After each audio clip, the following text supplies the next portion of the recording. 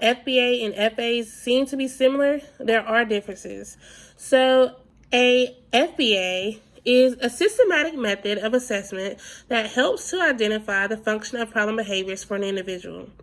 It helps to guide the design for an intervention to decrease the problem behavior and increase the appropriate behavior. So you want to increase the more desired behavior and decrease the problem behavior, such as tantrums, physical aggressions, destruction, any of the negative behaviors you want to decrease, but you want to replace it with the desired behavior. Whereas a functional analysis is conducted to determine the function of the behavior between the environmental variable and the behaviors.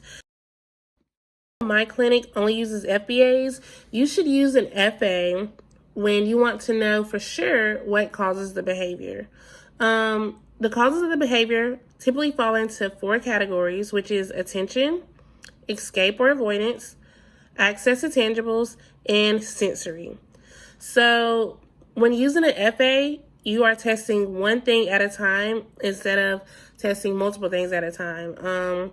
So if you are wanting to know if somebody is seeking for attention, you are literally just testing like that client in the room with one other person. You aren't going to have access to tangibles at the time. You aren't going to have it where they can escape at the time. You aren't going to have sensory items in there. You are just going to have that client and that one person in there that can show them attention to see if that is the cause for the behavior. Using an FA also, like I mentioned before, test that one thing at a time.